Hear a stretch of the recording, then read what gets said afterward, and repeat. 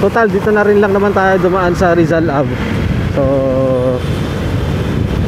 sibog muna tayo dito ng Pares kay Santo Siete. Masarap umigop ng mainit na sabaw ngayon ng Pares kasi naulan. Do, hindi naman tayo inabutan ng ulan kasi pinatila ako muna bago ako umalis doon sa pinanggalingan ko. Kasi kanina pabugso-bugso eh. Grabe, ang lakas ng hangin, sa lakas ng ulan. Daan muna tayo dito sa Santo Siete, original Paris Mami. Yes, 9th Avenue. Ay, puno oh. Puno eh. Hindi, pwede pa. Pwede. Yes. Oh.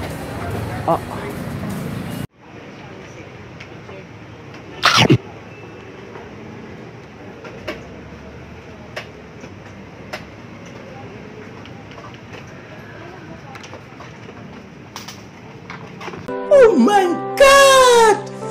Wow!